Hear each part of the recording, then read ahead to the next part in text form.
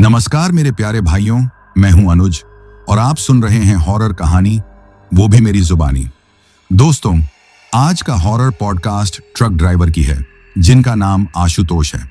तो चलिए अब यह कहानी आशुतोष जी के नजरिया से सुनते हैं। लेकिन उससे पहले आप लोगों से एक शिकायत है। आप लोग कहानी को पूरा सुनते हैं लेकिन लाइक नहीं करते हैं।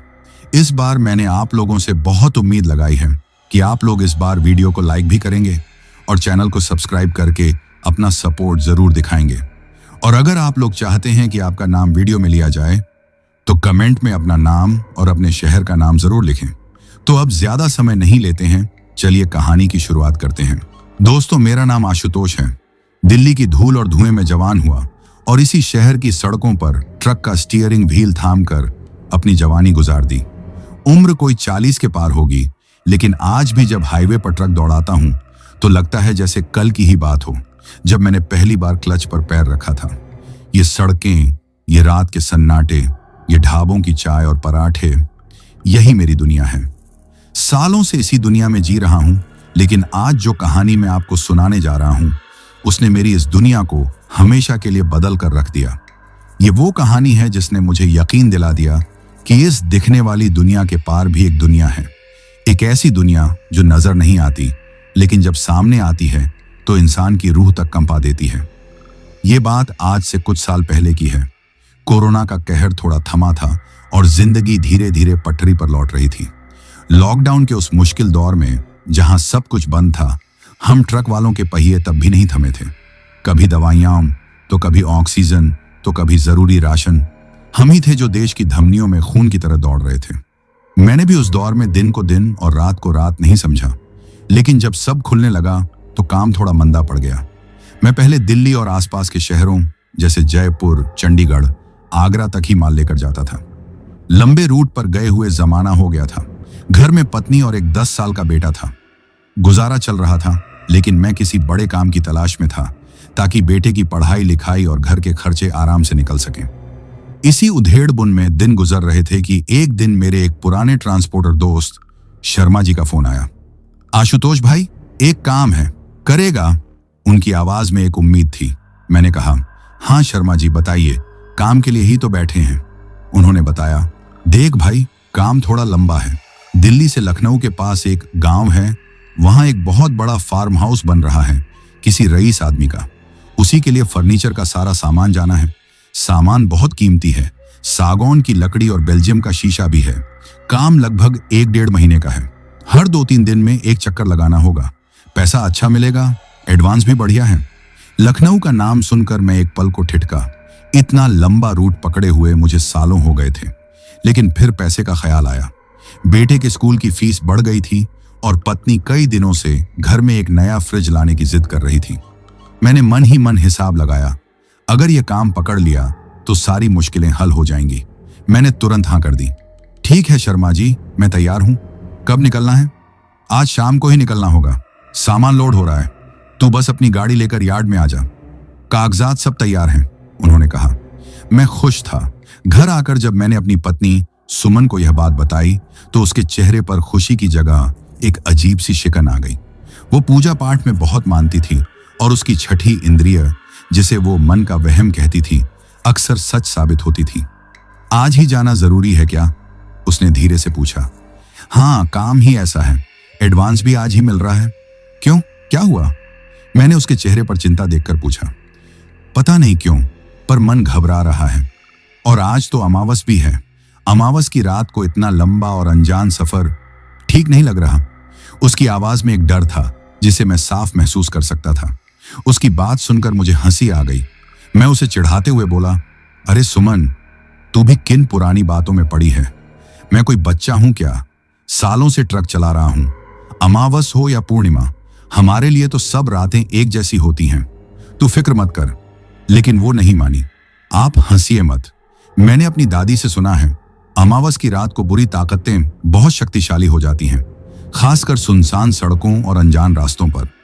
वो किसी का भी रूप धरकर इंसान को भटका सकती हैं, अपना शिकार बना सकती हैं। आप पहली बार जा रहे हैं उस रास्ते पर, आपको कुछ पता भी नहीं है। उसकी बातें मुझे उस वक्त अंधविश्वास लग रही थीं। मैंने उसका हाथ पकड़कर उसे तसल्ली दी। कुछ नहीं होगा, तू बस दुआ करना। और देख, ये काम मिल गया तो अपने बिट्टू के लिए वो साइकिल भी ले लेंगे जो वो कब से मांग रहा है। बेटे का नाम सुनकर वो थोड़ा शांत हुई, लेकिन उसके मन का डर गया नहीं था। उसने मेरे लिए टिफिन पैक किया और फिर मेरे पास आकर बोली, एक बात मेरी मानेंगे? हाँ बोल, मैंने कहा। रास्ते में अगर कोई मदद मांगे, कोई लिफ्ट मांगे, चाहे वो कितना भी मजबूर क्यों ना लगे, आप रुकना मत। रात के वक्त सुनसान जगह पर किसी पर भरोसा मत करना, प्लीज, मेरी खातिर। उसकी आंखों में आंसू थे। मैंने उसे गले लगा लिया और एक झूठी मुस्कान के साथ कहा, हाँ ठीक है बाबा, नहीं रोकूंगा ट्रक। अब तो खुश? उसे ऐसा कहकर मैं घर से निकल गया। मैं जानता था कि वो जरूरत से ज्यादा सोच रही है, लेकिन ये नहीं जानता था कि उसकी ये जरूरत से ज्यादा सोच ही आगे चलकर मेरी जिंदगी और मौत के बीच की दीवार बनने वाली थी। मैं शाम करीब 5 बजे ट्रांसपोर्ट यार्ड पहुंच गया। मेरा ट्रक, जिसे मैं प्यार से राजा कहता था, लोड होने के लिए तैयार खड़ा था। कारीगर बड़ी सावधानी से लकड़ी के भारी भारी पलंग, अलमारियां, मेज और कुर्सियां चढ़ा रहे थे। उनके साथ ही शीशे के बड़े बड़े पैनल भी रखे जा रहे थे, जिन्हें गत्ते और थर्माकोल से अच्छी तरह पैक किया गया था। शर्मा जी ने बताया कि ये शीशे सीधे फर्नीचर में फिट होने हैं। एक भी खरोंच आई तो भारी नुकसान हो जाएगा, इसलिए ट्रक को बहुत संभाल कर चलाना था। सामान लोड होते होते और सारे कागजात तैयार होते होते शाम के 7 बज चुके थे। अंधेरा घिरने लगा था। यार्ड की पीली लाइटें जल चुकी थीं। मैंने केबिन साफ किया, अपनी पानी की बोतल भरी और सुमन का दिया हुआ टिफिन सीट के बगल में रखा। शर्मा जी ने मुझे एडवांस के पैसे दिए और रास्ते के लिए कुछ जरूरी हिदायतें दी। आशुतोष, रास्ता लंबा है, आराम से जाना। लखनऊ पहुंचकर तुम्हें 1 नंबर दूंगा, वो तुम्हें गांव का रास्ता समझा देगा। और हाँ, वो कच्चा रास्ता है खेतों के बीच से, तो गाड़ी धीमी ही रखना, उन्होंने समझाया। मैंने हामी में सिर हिलाया, ट्रक की चाबी घुमाई और इंजन की गड़गड़ाहट के साथ यार्ड से बाहर निकल आया। दिल्ली का ट्रैफिक पार करते करते ही रात के 9 बज गए। जब मैंने ट्रक को दिल्ली लखनऊ हाईवे पर चढ़ाया, तब जाकर मैंने राहत की सांस ली। सड़क खाली थी और मेरे ट्रक का इंजन एक सधी हुई लय में गुनगुना रहा था।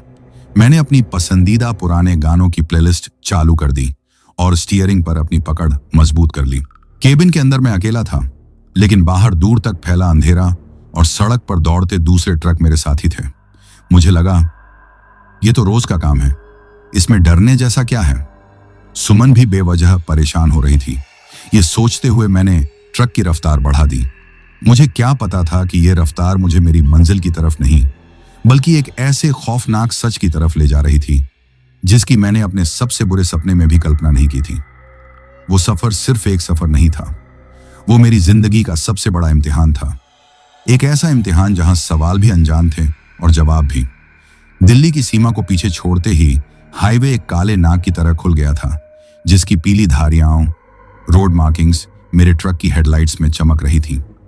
रात के लगभग 10 बज रहे थे। स्टीयरिंग व्हील पर मेरे हाथ जमे हुए थे और किशोर कुमार के पुराने नगमों की धुन केबिन में एक सुकून भरा माहौल बना रही थी। जब आप रात में अकेले एक लंबा सफर तय करते हैं, तो यही संगीत आपका हमसफर बन जाता है। बाहर की दुनिया अंधेरे में गुम हो जाती है और आपकी अपनी दुनिया बस उस केबिन की छोटी सी जगह में सिमट कर रह जाती है। मैंने अपनी सीट थोड़ी पीछे की और एक गहरी सांस ली। मन में एक अलग ही तरह का उत्साह था। सालों बाद इतना लंबा रूट मिला था। एक प्रोफेशनल ड्राइवर के लिए यह किसी चुनौती से कम नहीं होता, और मुझे चुनौतियां हमेशा से पसंद थीं। मैंने मन ही मन सोचा, सुमन भी खामखां डर रही थी।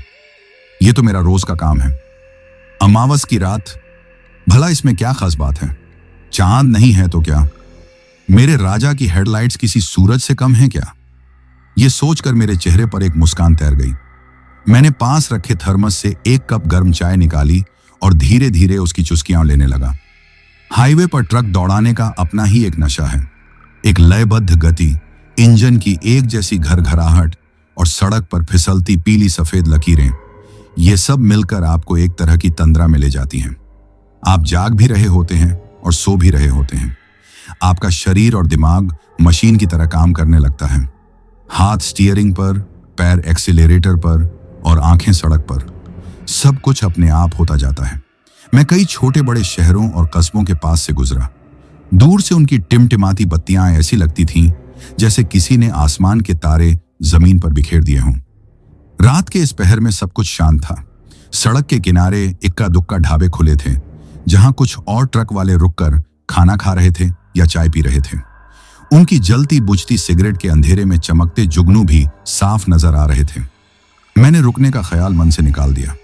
सुमन का बनाया हुआ टिफिन मेरे पास था और मुझे जल्द से जल्द ज्यादा से ज्यादा रास्ता काट लेना था। समय अपनी रफ्तार से आगे बढ़ रहा था। रात के 12 बज चुके थे। मैं अब उत्तर प्रदेश की सीमा में दाखिल हो चुका था। यहाँ हाईवे और भी ज्यादा सुनसान और चौड़ा था। दूर दूर तक मेरे अलावा कोई और गाड़ी नजर नहीं आ रही थी। संगीत अब भी बज रहा था, लेकिन अब केबिन में एक अजीब सी खामोशी भी घुलने लगी थी। मैंने सोचा कि सुमन को एक फोन कर लूं, बता दूं कि सब ठीक है, लेकिन फिर सोचा वो सो रही होगी, उसे जगाना ठीक नहीं। यही सब सोचते हुए मैं अपनी धुन में चला जा रहा था कि अचानक एक अजीब सी बात हुई। मेरा म्यूजिक सिस्टम, जो अब तक बिल्कुल ठीक चल रहा था, अचानक बंद हो गया। एक तेज खर्रर की आवाज आई और फिर घनघोर सन्नाटा छा गया। मैंने सोचा शायद कोई कनेक्शन ढीला हो गया होगा। मैंने उसे बंद करके दोबारा चालू करने की कोशिश की, लेकिन वो नहीं चला। अरे, इसे भी अभी खराब होना था, मैं बुदबुदाया। मैंने उसे 2-3 बार और ठोंका पीटा, लेकिन कोई फायदा नहीं हुआ। फिर अचानक उसमें से फिर से आवाज आने लगी, लेकिन इस बार किशोर कुमार के गाने नहीं थे। एक अजीब सी, बहुत पुरानी और धीमी धुन बज रही थी, जैसे किसी पुराने गांव में कोई सारंगी बजा रहा हो। उस धुन में कोई बोल नहीं थे, सिर्फ एक दर्द और एक खालीपन था। वो इतनी अजीब थी कि मेरे रोंगटे खड़े हो गए। मैंने तुरंत उसे बंद करने के लिए बटन दबाया और इस बार वो बंद हो गया। केबिन में अब जो सन्नाटा था वो पहले से कहीं ज्यादा भारी और चुभने वाला था। मैंने अपने मन को समझाया, हो सकता है रेडियो का सिग्नल पकड़ लिया हो, आगे कोई छोटा गांव होगा, वहां बज रहा होगा। लेकिन मेरा दिल इस तर्क को मानने के लिए तैयार नहीं था। उस धुन में कुछ तो ऐसा था जो बहुत अप्राकृतिक था।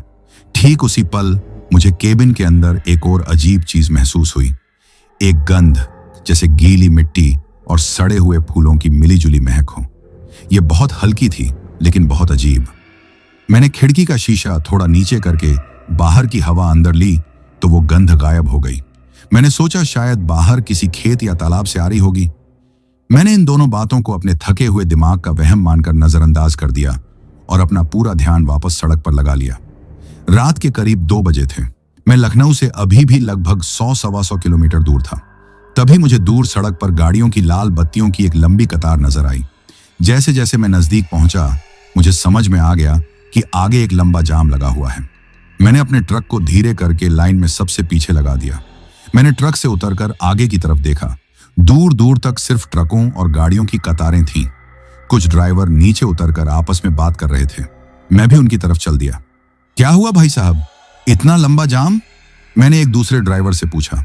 उसने उनींदी आंखों से मेरी तरफ देखा और बोला, आगे 2 ट्रकों की बुरी टक्कर हो गई है। एक पलट गया है और सड़क पूरी तरह से बंद है।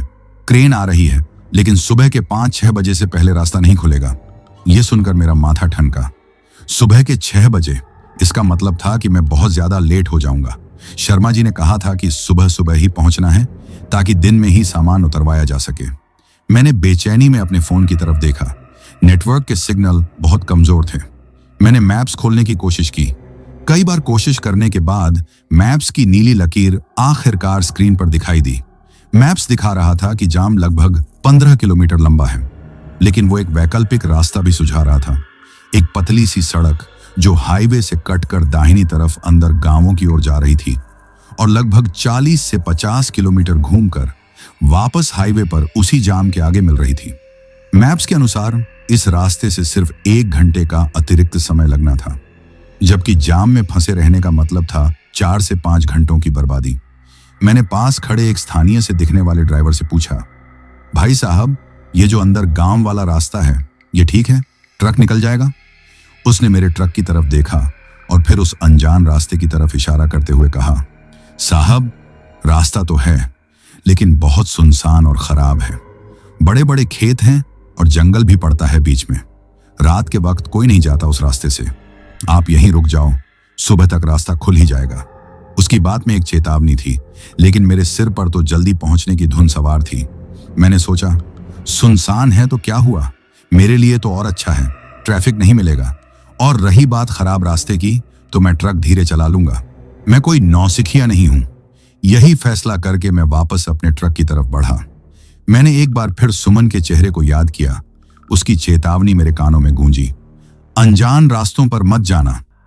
एक पल के लिए मेरे कदम रुके, लेकिन फिर दूसरी तरफ शर्मा जी का चेहरा, मेरे काम की जिम्मेदारी और पैसे का ख्याल हावी हो गया।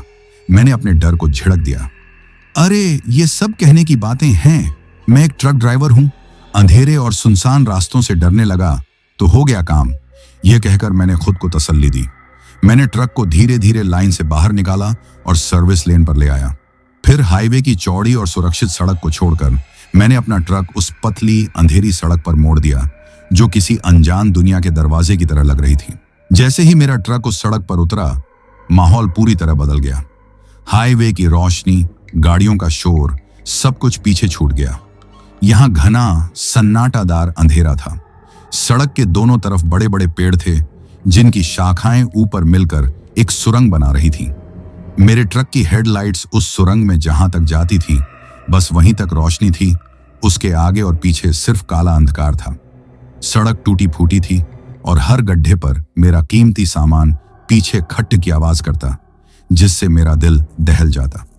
अब यहां संगीत भी नहीं था, सिर्फ मेरे ट्रक के इंजन की धीमी घरघराहट और झींगुरों की एक लगातार कान खाने वाली आवाज थी।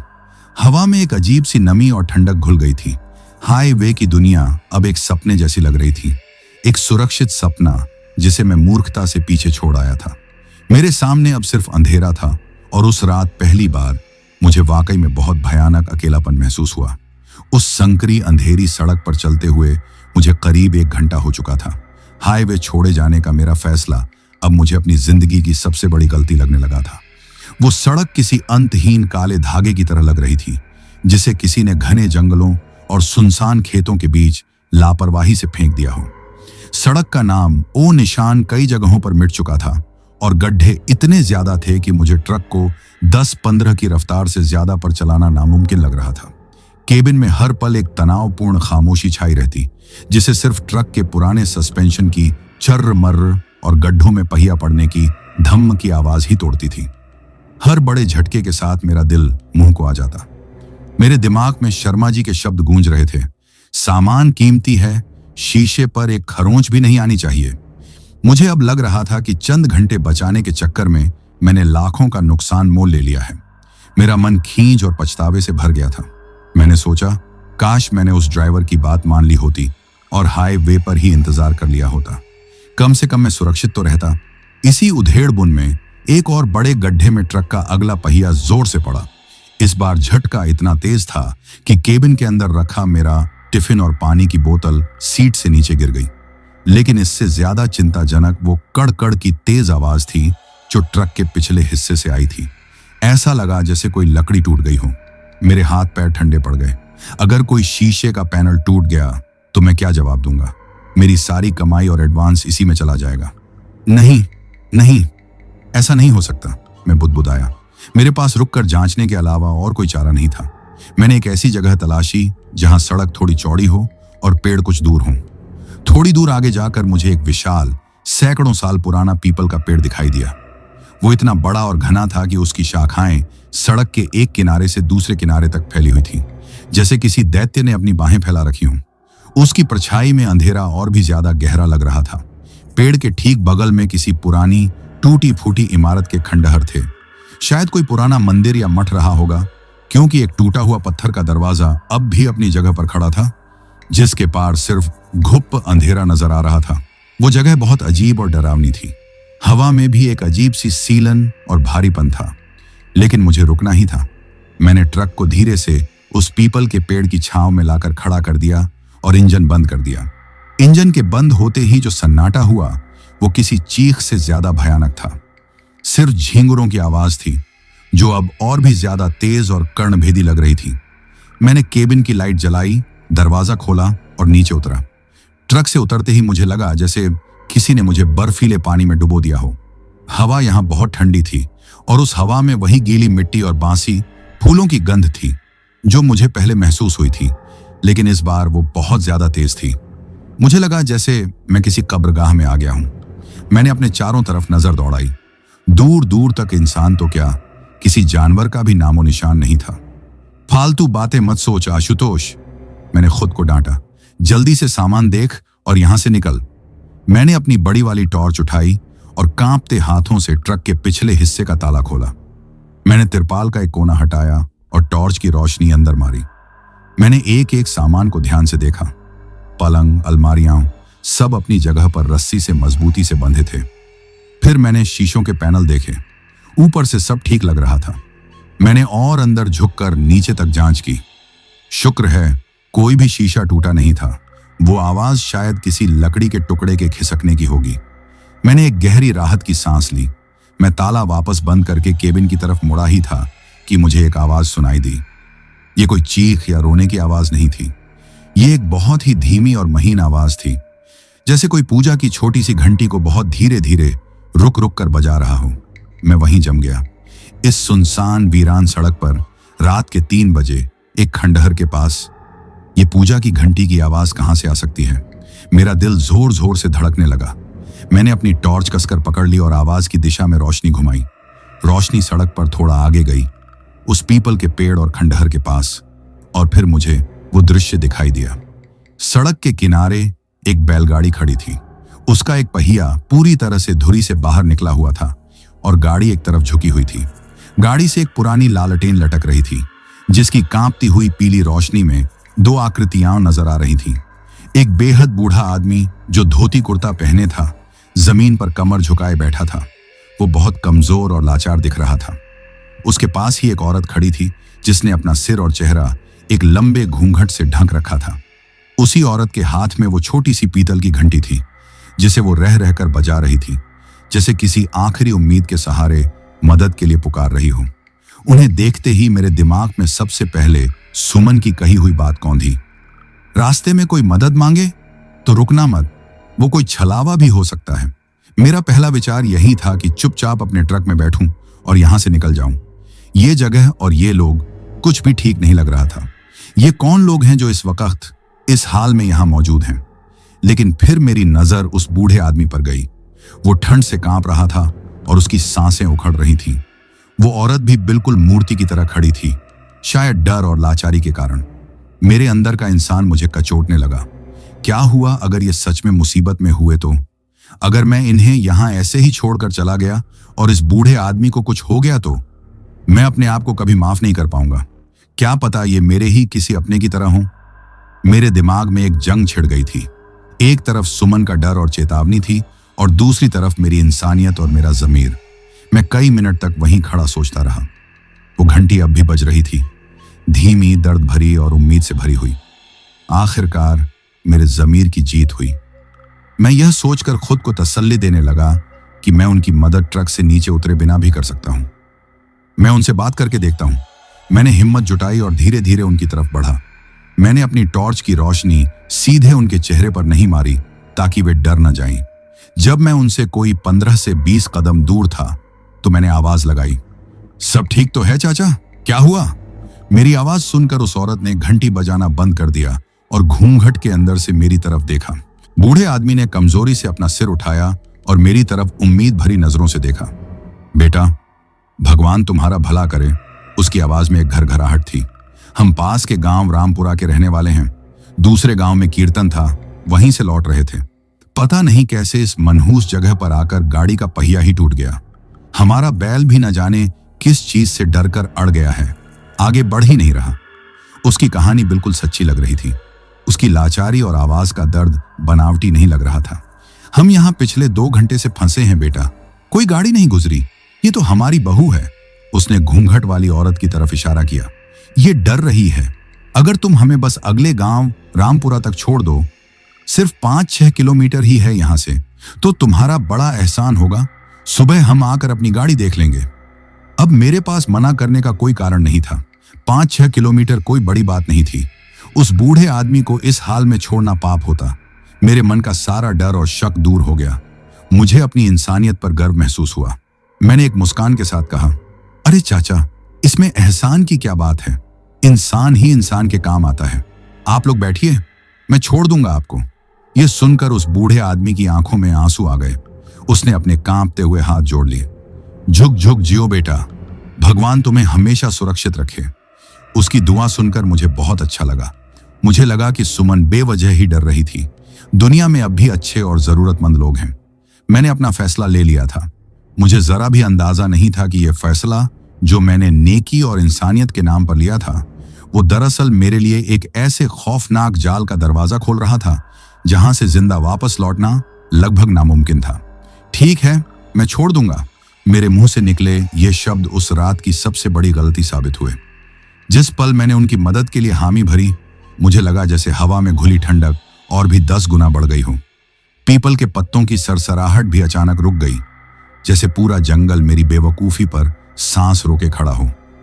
पर उस वक्त मैंने इन सब बातों पर ध्यान नहीं दिया। मेरा ध्यान तो उस बूढ़े आदमी के चेहरे पर उभरी राहत और उसकी आंखों में आई चमक पर था। मुझे लगा मैंने एक बहुत नेक काम किया है। मैंने कहा, चाचा, आप आगे केबिन में मेरे साथ बैठ जाइए, आराम रहेगा। फिर मैं उस घूंघट वाली औरत की तरफ मुड़ा, और बहन जी, आप भी। मेरी बात पूरी होने से पहले ही उस बूढ़े आदमी ने कहा, नहीं बेटा, बहू पीछे ही बैठेगी। इसके साथ हमारा कुछ जरूरी सामान है, पूजा पाठ का। उसे अकेला नहीं छोड़ सकते। उसने बैलगाड़ी पर रखे एक बड़े से संदूक की तरफ इशारा किया। वो एक पुराना लकड़ी का संदूक था जिस पर काले रंग की लोहे की पत्तियां जड़ी थीं। वो देखने में बहुत भारी और काफी पुराना लग रहा था। मैंने कहा, अरे चाचा, सामान की चिंता मत करो, सब सुरक्षित रहेगा। औरत जात को ट्रक के पिछले हिस्से में अकेले सफर कराना ठीक नहीं। नहीं बेटा, तुम इसकी चिंता मत करो, बूढ़े ने जोर देकर कहा। यह हमारे कुल की परंपरा है। इस संदूक को हमारी बहुएं ही संभालती हैं। ये पीछे ही ठीक रहेगी। उसकी जिद मुझे थोड़ी अजीब लगी, लेकिन मैंने ज्यादा बहस करना ठीक नहीं समझा। शायद इनके गांव देहात के अपने रीति रिवाज होंगे। ठीक है, जैसा आप कहें, मैंने कहा। मैंने ट्रक के पिछले हिस्से का तिरपाल हटाया और उन्हें सामान रखने के लिए जगह बना दी। मैंने सोचा कि संदूक उठाने में उस बूढ़े की मदद करूं, लेकिन मेरे पहुंचने से पहले ही उस घूंघट वाली औरत ने अकेले ही उस भारी भरकम संदूक को ऐसे उठा लिया जैसे वो लकड़ी का नहीं बल्कि कागज का बना हो। मैं हैरान रह गया। एक दुबली पतली सी औरत में इतनी ताकत। उसने बड़ी आसानी से संदूक को ट्रक के अंदर सरका दिया और फिर खुद भी फुर्ती से चढ़कर उसके पास बैठ गई, दीवार से पीठ टिकाकर। उसने अपना घूंघट जरा भी नहीं हटाया और न ही एक शब्द बोली। मैं इस अजीब दृश्य को देखता रहा, फिर कंधे उचकाकर बूढ़े आदमी की तरफ बढ़ा ताकि उसे सहारा देकर केबिन तक ला सकूं। जैसे ही मैंने उसे उठाने के लिए अपना हाथ बढ़ाया और मेरे हाथ ने उसकी बांह को छुआ, एक ठंडी लहर मेरे पूरे शरीर में दौड़ गई। उसकी त्वचा किसी जिंदा इंसान की तरह गर्म नहीं बल्कि बर्फ की तरह ठंडी और अजीब सी सख्त थी, जैसे किसी मुर्दे की चमड़ी हो। मैं एक पल को सिहर गया, लेकिन मैंने सोचा कि शायद ठंड में बाहर बैठे बैठे उसका शरीर अकड़ गया होगा। मैंने उसे सहारा दिया और धीरे धीरे केबिन की तरफ लाया। वो बहुत हल्का था, जैसे उसके शरीर में सिर्फ हड्डियां ही बची हों, मांस तो हो ही ना। मैंने केबिन का दरवाजा खोला और उसे आराम से सीट पर बिठाया। फिर मैं ड्राइविंग सीट पर आकर बैठ गया। बहुत मेहरबानी बेटा, उसने फिर से उसी कमजोर आवाज में कहा। मैंने मुस्कुराकर कहा, कोई बात नहीं चाचा। मैंने दरवाजा बंद किया और चाबी घुमाकर ट्रक को स्टार्ट करने की कोशिश की। इंजन ने एक घरघराहट की और बंद हो गया। अरे, मेरे मुंह से निकला। ऐसा तो पहले कभी नहीं हुआ था। मेरा राजा एक ही बार में स्टार्ट हो जाता था। मैंने दोबारा कोशिश की, फिर से वही हुआ। ट्रक घरघराया और शांत पड़ गया।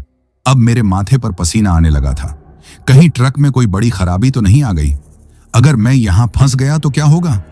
मैं बार बार चाबी घुमा रहा था, लेकिन ट्रक टस से मस नहीं हो रहा था। तभी मेरे बगल में बैठे बूढ़े आदमी के मुंह से एक अजीब सी बात निकली। वो हंसा, एक सूखी खड़खड़ाती हुई हंसी, और बोला, अब ये तेरी मर्जी से नहीं चलेगी बेटा, अब ये सड़क की मर्जी से चलेगी। मैंने हैरान होकर उसकी तरफ देखा। ये कैसा मजाक था? उसके चेहरे पर वही लाचारी वाली मुस्कान थी, लेकिन उसकी आंखों में अब कुछ और था, एक अजीब सी चमक जो पहले वहां नहीं थी। मुझे अचानक बहुत ज्यादा असहजता महसूस होने लगी।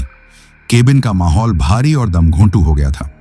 मैंने उसकी बात को अनसुना करते हुए एक आखिरी बार पूरी ताकत से चाबी घुमाई, और इस बार एक लंबी कर्कश घरघराहट के बाद इंजन स्टार्ट हो गया। मैंने राहत की एक गहरी सांस ली जो मेरे गले में ही कहीं अटक गई। मैंने गियर बदला और धीरे धीरे ट्रक को आगे बढ़ाया। जैसे ही ट्रक उस पीपल के पेड़ की परछाई से बाहर निकला, मैंने साइड मिरर में उस बैलगाड़ी को देखने की कोशिश की, लेकिन वहां कुछ भी नहीं था। न बैलगाड़ी, न पहिया, न लालटेन, कुछ भी नहीं।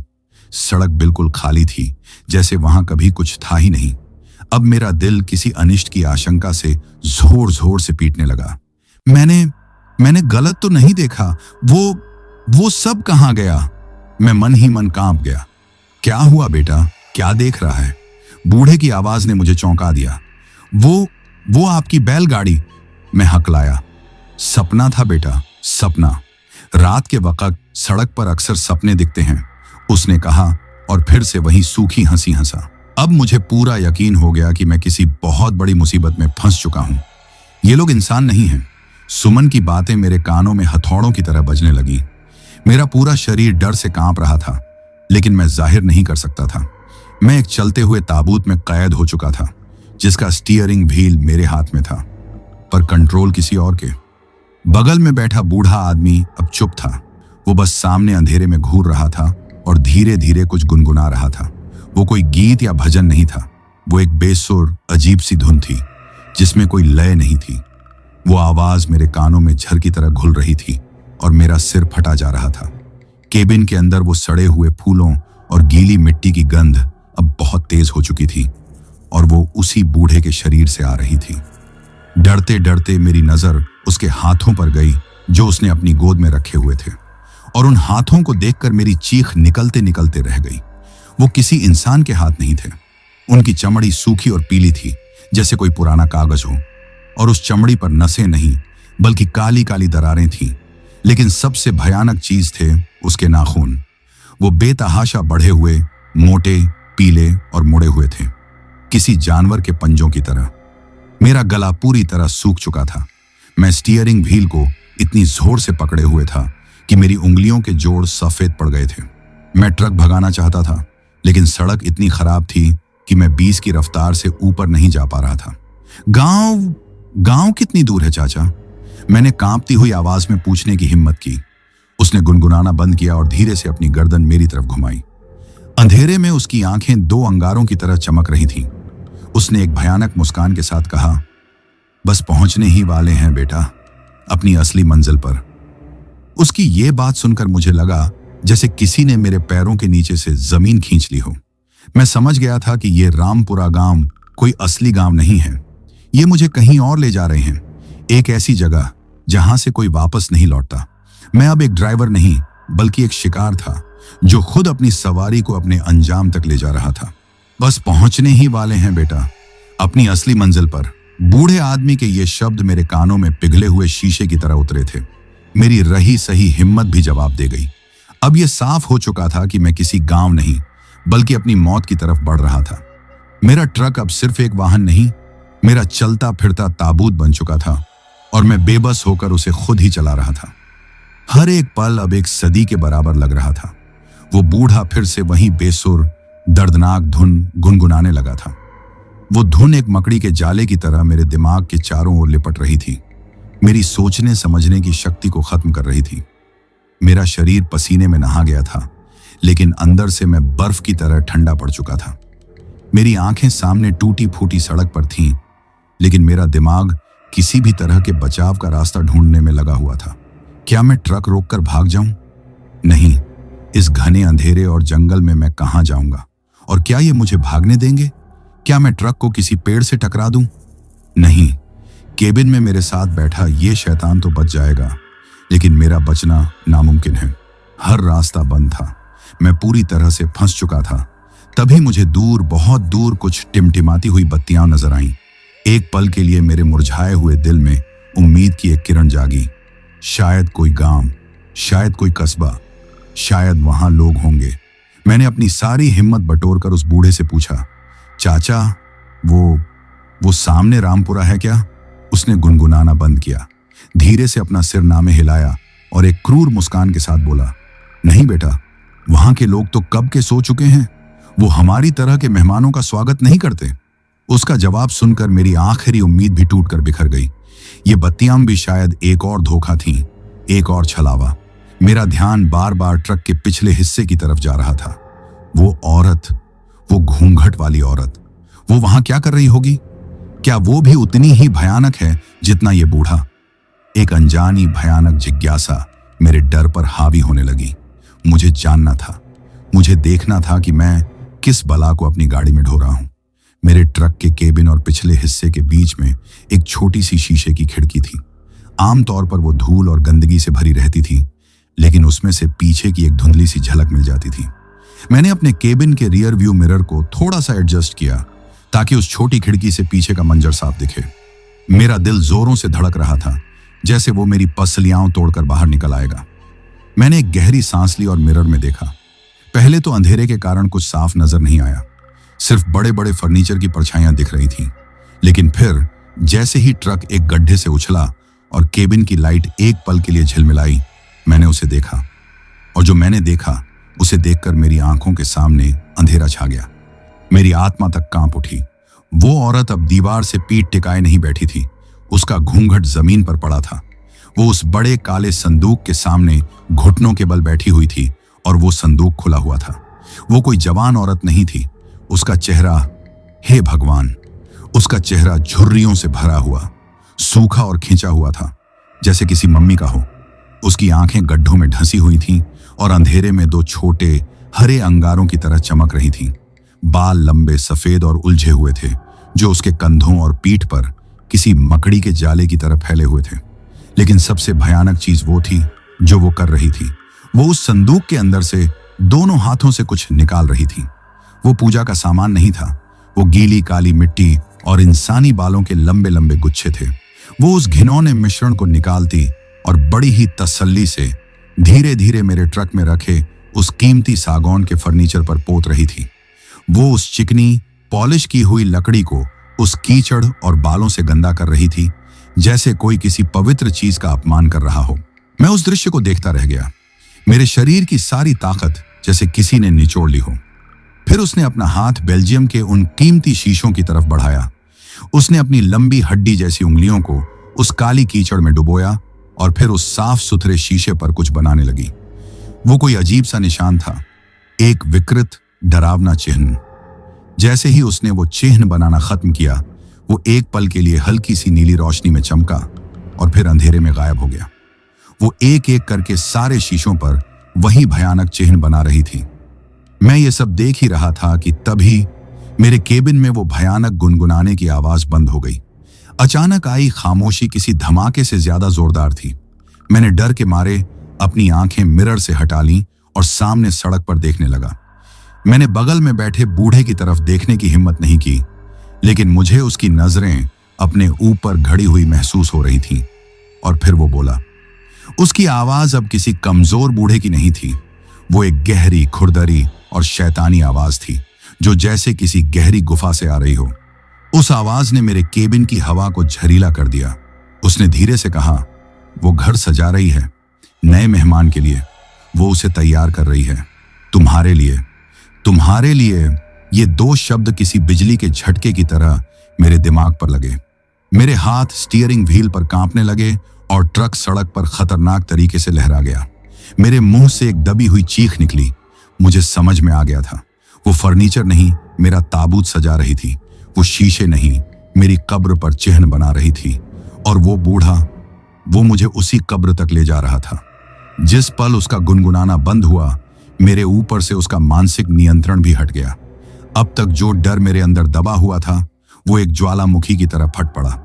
मैं पागल हो जाना चाहता था, चीखना चिल्लाना चाहता था, लेकिन मेरे गले से आवाज ही नहीं निकल रही थी। बगल में बैठा वो शैतान अब बिल्कुल चुपचाप स्थिर बैठा था। वो बस मुझे देख रहा था, जैसे एक शिकारी अपने जाल में फंसे शिकार को देखता है, उसके तड़पने का मजा लेता है। अब खतरा सिर्फ मानसिक नहीं था। मुझे महसूस हो रहा था कि खेल का अगला और आखिरी पड़ाव शुरू होने वाला है। अब सवाल यह नहीं था कि वो क्या है, सवाल यह था कि वो मेरे साथ अब क्या करने वाले हैं। और इस सवाल का जवाब जानने की मुझ में हिम्मत नहीं थी। वो घर सजा रही है, तुम्हारे लिए। ये सिर्फ शब्द नहीं थे, ये मेरी मौत का फरमान था। जिस शैतान को मैं एक लाचार बूढ़ा समझकर अपनी गाड़ी में बिठा लाया था, वो अब अपनी असली आवाज में मुझसे बात कर रहा था।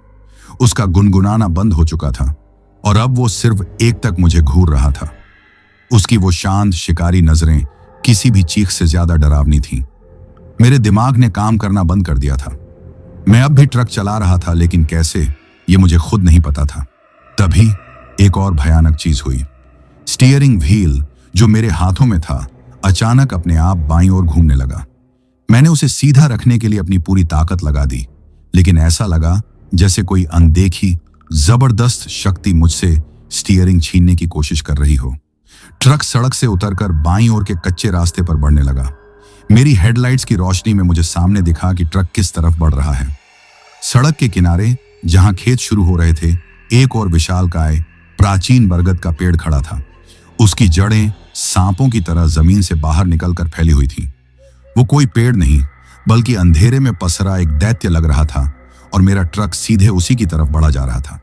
नहीं नहीं, मैं अपनी पूरी शक्ति से स्टीयरिंग को दाईं ओर घुमाने की कोशिश कर रहा था। मेरे पसीने से तर हाथ फिसल रहे थे। वो अनदेखी शक्ति बहुत ज्यादा थी। मुझे अपनी मौत साफ नजर आ रही थी। मुझे लगा बस ये मेरी जिंदगी के आखिरी कुछ पल हैं। मैं अपनी पत्नी सुमन और बेटे का चेहरा याद करने लगा।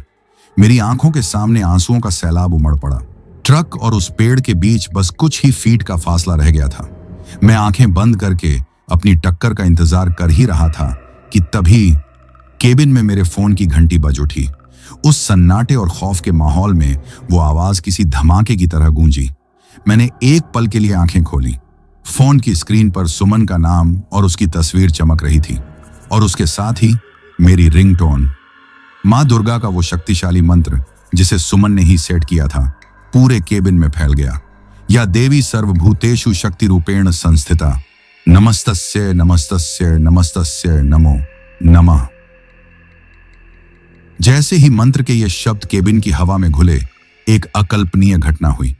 मेरे बगल में बैठे उस बूढ़े आदमी के शरीर से एक ऐसी भयानक, दिल दहला देने वाली चीख निकली जो किसी इंसान की हो ही नहीं सकती थी। वो किसी घायल जानवर की तरह तड़प उठा।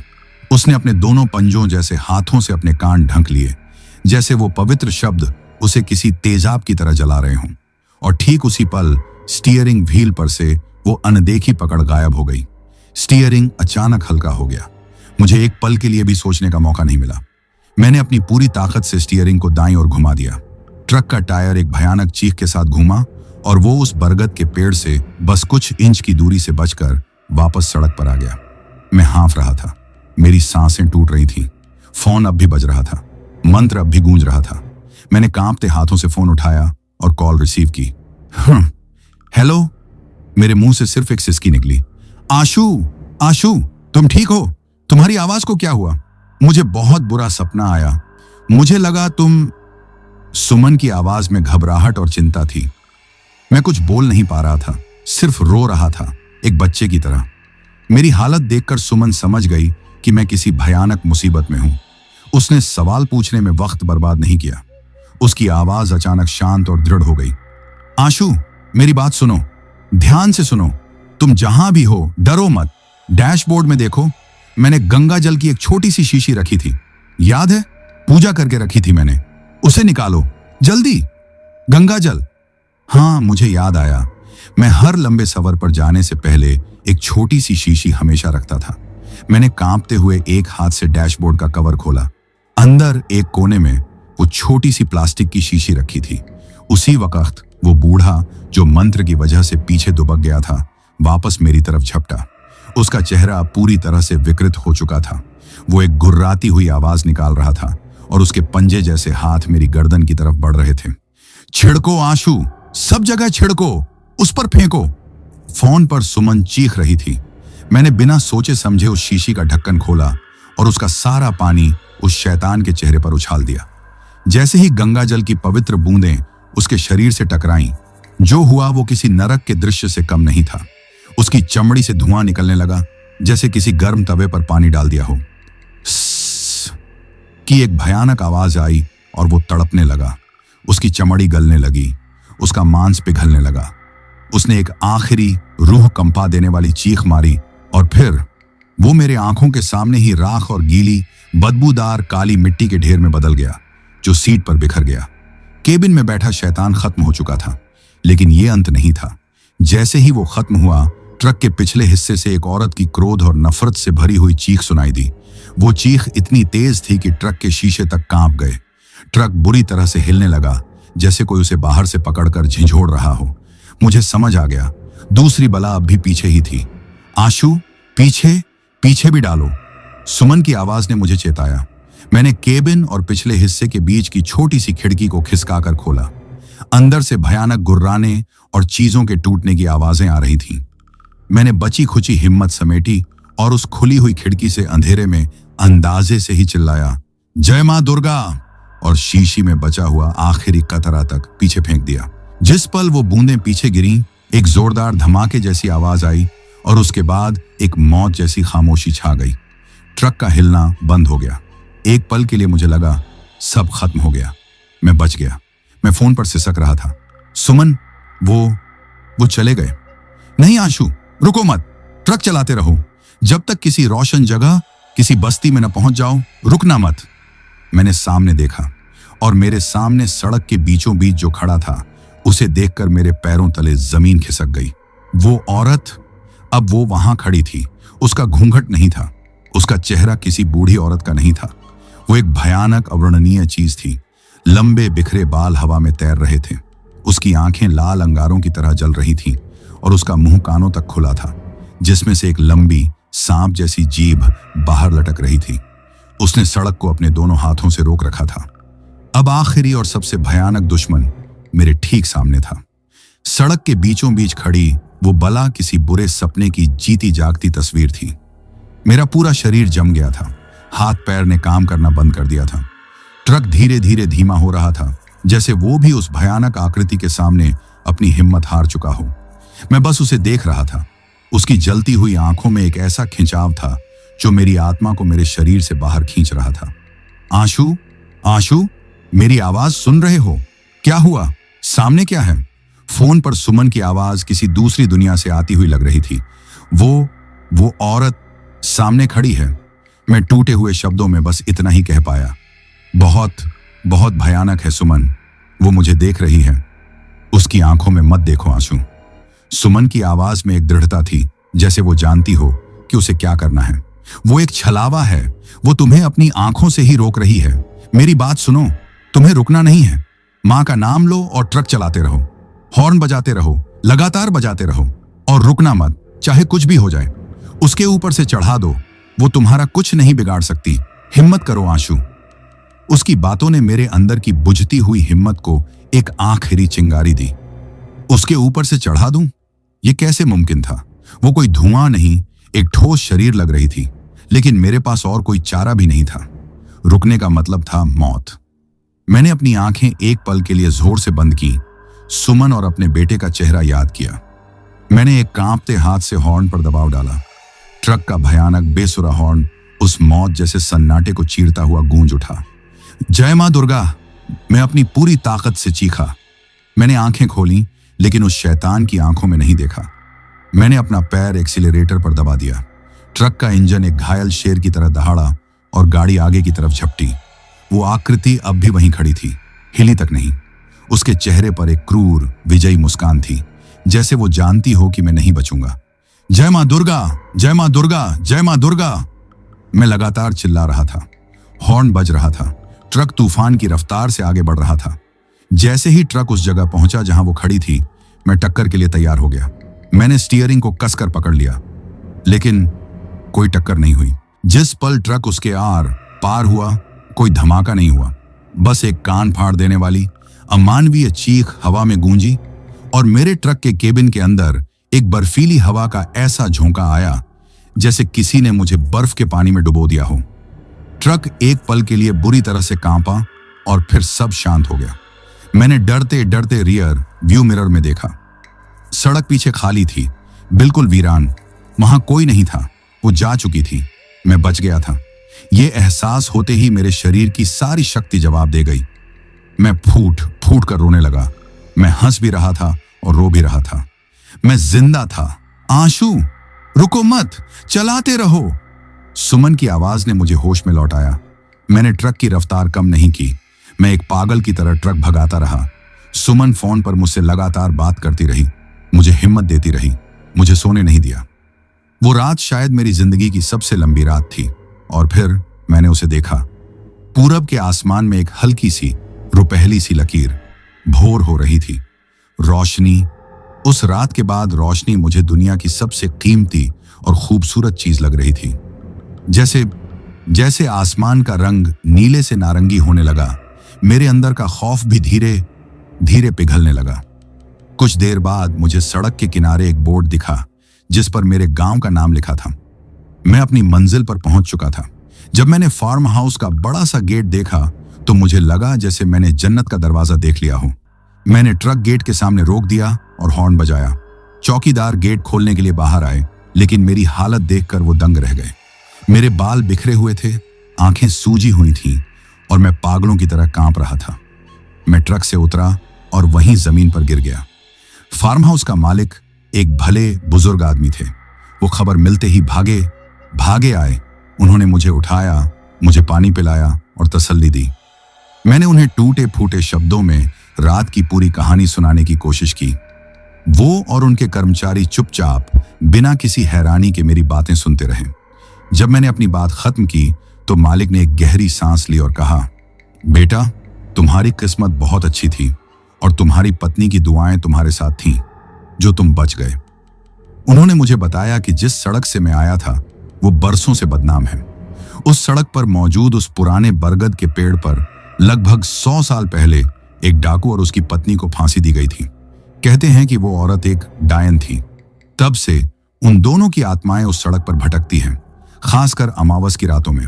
वो अकेले मुसाफिरों को अपना शिकार बनाती हैं, उन्हें किसी न किसी बहाने रोककर अपने साथ ले जाती हैं। आज तक जो भी उनके चंगुल में फंसा वो कभी वापस नहीं लौटा। बाद में जब लोगों ने मेरे ट्रक का पिछला हिस्सा खोला तो सब हैरान रह गए। कीमती फर्नीचर अपनी जगह पर था, लेकिन उस पर जगह जगह काली सूखी मिट्टी और बालों के घिनौने धब्बे लगे हुए थे। बेल्जियम के शीशों पर अजीब से निशान खुदे हुए थे जो किसी भी तरह से साफ नहीं हो रहे थे, और पूरे ट्रक के फर्श पर एक भूरे रंग की बदबूदार राख की मोटी परत जमी हुई थी। वो बड़ा काला संदूक गायब था। मेरा 1 महीने का काम था जो मैंने पूरा किया, लेकिन उस 1 महीने में मैं कभी भी उस रास्ते से रात में नहीं गुजरा। दिन के उजाले में भी जब मैं उस बरगद के पेड़ के पास से गुजरता तो मेरी रूह कांप जाती। उस घटना ने मुझे हमेशा के लिए बदल दिया। मैंने लंबे रूट पर ट्रक चलाना छोड़ दिया। अब मैं सिर्फ दिन में दिल्ली और आसपास के शहरों तक ही जाता हूं। ज्यादा पैसे का लालच मेरे मन से हमेशा के लिए खत्म हो गया। आज भी जब अमावस की रात आती है तो मैं अपने घर से बाहर नहीं निकलता। मैं अपनी पत्नी और बेटे के पास बैठा रहता हूं और उस रात को याद करके कांप जाता हूं। लोग कहते हैं कि भूत, प्रेत और छलावा सिर्फ कहानियां हैं। मैं भी यही मानता था, लेकिन उस एक रात ने मुझे सिखा दिया कि इस दुनिया में ऐसी चीजें भी हैं जो हमारी समझ और विज्ञान से परे हैं। और कुछ चेतावनियां, चाहे वो कितनी भी पुरानी या अंधविश्वासी क्यों न लगें, उन्हें कभी नजरअंदाज नहीं करना चाहिए, क्योंकि कभी कभी आपकी जिंदगी और मौत के बीच का फैसला सिर्फ एक चेतावनी का ही होता है। तो दोस्तों, यह कहानी यही खत्म हुई। अब जिन भाइयों ने अपना नाम वीडियो में कमेंट किया था उनका नाम लेते हैं। गुलबहार बानो भाई बदौसा बांदा से, लोकेश भाई उत्तर प्रदेश अलीगढ़ से, आफताब भाई मुरादाबाद उत्तर प्रदेश से, हरिकिशन सक्सेना, शशि सक्सेना, अनुष्का सक्सेना, गुड्डू सक्सेना हाथरस उत्तर प्रदेश से, काला चंद दास भाई रायगंज से, अनीता जी दुबई से, आलम खान भाई गुजरात से, विनोद गुरुंग भाई दुबई से, आंशु यादव भाई इंडिया से, अभिषेक तिवारी भाई संगम बिहार से, दानिश खान भाई औरंगाबाद से, डिबेसिस भाई ओडिशा से, रानू गिरी जी दुबई से, स्कैरी स्पाइडर भाई असम से, गुलाब भाई ओडिशा से, अनीता शर्मा जी गुजरात अहमदाबाद से, मोहम्मद चौधरी भाई गुजरात से, कृष्णा भाई दिल्ली से, सुजान माइनली भाई नेपाल से, विष्णु भाई अलवर इंदिरा कॉलोनी से, मनीषा शर्मा जी जमगुरी से, खुशहाल चौहान भाई गुजरात से, संतु झा भाई न्यू दिल्ली से, अनिल चौहान भाई सिवान बिहार से, महेश राव भाई महाराष्ट्र से, घनश्याम मेघवाल भाई राजस्थान बीकानेर से, सोनू कुमार भाई बक्सर से, बाबू मोनी जी असम गोहपुर से, रिंकू भाई होशियारपुर से, सुमन लामा भाई नेपाल से, नैना जी नागपुर से, सुशील नागारकोटी भाई काठमांडू नेपाल से, अख्तर हुसैन भाई बारामुल्ला कश्मीर से, महफूज भाई धनबाद झारखंड से, रेहान मलिक और इमरान मलिक भाई बाराबंकी उत्तर प्रदेश से, जशवंत भाई सूरत से, अशोक कुमार तिवारी, स्वरूपमा तिवारी, शाश्वत तिवारी और आरना तिवारी लखनऊ से, बाबू मंडल भाई राउरकेला से, एसके जिंदल भाई लुधियाना पंजाब से, युवराज दादर भाई महाराष्ट्र से, सुरेंद्र डागर भाई मंगल ग्रह से, लवली भाई मोगा पंजाब से, कृष्णा कुमार सैनी भाई राजस्थान कोटपुतली परागपुरा से, अंकु राणा भाई रुद्रप्रयाग से, सुरेश राठौर बालोतरा भाई राजस्थान से, रामू भाई बस्ती से, सानू शेख भाई सिवान बाजितपुर उत्तर प्रदेश से, राजेश भाई वेस्ट बंगाल जलपगुड़ी से, नीरज वर्मा भाई लखनऊ उन्नाव से, जितेंद्र पटेल भाई बरौठा देवास मध्य प्रदेश से, पुंडी गौतम भाई पीपीगंज से, सफदर अब्बास भाई रावलपिंडी से, अभिषेक शर्मा भाई कानपुर से, लकी भाई बनारस से, विनय कुमार यादव भाई राजनांदगांव से, गुरदीप सिंह और गुरदीप सिंह भाई मोगा पंजाब से, मिहिर भाव्या और वैष्णवी अहमदाबाद गुजरात से, पूरन चंद्र बालोतरा भाई राजस्थान से, सेमी मुकुल भाई उत्तराखंड कोटद्वार से, अभिषेक सुबेदी भाई झापा कालीजोड़ा से, मनीषा शर्मा जी असम से, अपोंग नागा भाई नागालैंड से, सतीश चाकोले भाई इंडिया से, धीरज कुमार भाई बिहार से, रतन कुमार रॉय भाई गुवाहाटी से, श्याम देव भाई नागालैंड से, बाबर अली और रिजवान भाई पाकिस्तान से, पंकज कुमार भाई मयूर विहार दिल्ली से, रोमियो भाई नॉर्थ ईस्ट असम से, परवीन मानकर भाई मूलधना महाराष्ट्र से, दृष्टि चंचल जी मयूर विहार दिल्ली से, दिनेश गोसावी भाई कल्याण से, शशि रानी जी लखनऊ से, राकेश भाई झारखंड से, अक्षय चौहान भाई उत्तर प्रदेश संत कबीर नगर से, राज शर्मा भाई सिला पत्थर असम से, मिर्जा अशफाक भाई पाकिस्तान से, गोविंद रॉय भाई पुरुलिया से, अनीश भाई बरेली फरीदपुर से, रामधोने लथुर भाई इंडिया से, अंजलि और सुमित गोपालगंज से, योगेश कुशवाहा भाई बिसावर से, यूसुफ शाह भाई लाहौर पाकिस्तान से, करण भाई पंजाब से, इमरान भाई दुबई से, गौतम रब्बीदास भाई असम करीमगंज से, शंकर भाई बंगाल से, शेखर पासवान दरोगा जी इंडिया से, आलोक भाई माधनापार से, उमर फारूक और मारिया फातिमा तेलंगाना से, प्रतीक राजपूत भाई दिल्ली सुल्तानपुर से, सतीश पाठक भाई अमरावती महाराष्ट्र से, पवन कंधारे भाई महाराष्ट्र से, रविंद्र भाई आगरा उत्तर प्रदेश से, अनुपम भाई इंडिया से, अंगद कुमार भाई इंडिया से, कविता सिंह जी दिल्ली से, लक्ष्मण शंकर जाधव भाई पुणे से, मुकेश कुमार भाई उत्तर प्रदेश से, और जिन भाइयों ने अपना नाम कमेंट किया है लेकिन उनका नाम वीडियो में नहीं लिया गया है, तो भाइयों आप लोग टेंशन न लें, आप लोगों का नाम अगली वीडियो में जरूर लिया जाएगा। अगर आप लोग भी चाहते हैं कि आपका नाम वीडियो में लिया जाए तो अपना नाम और अपने शहर का नाम वीडियो में कमेंट करें। अगर आपको यह कहानी पसंद आई हो तो वीडियो को लाइक और चैनल को सब्सक्राइब करें ताकि और भी डरावनी कहानियां आप तक पहुंच सकें। कहानी को अंत तक सुनने के लिए दिल से धन्यवाद दोस्तों। आज के लिए बस इतना ही। मिलते हैं जल्द ही कुछ नई कहानियों के साथ। तब तक के लिए अपना ध्यान रखिए।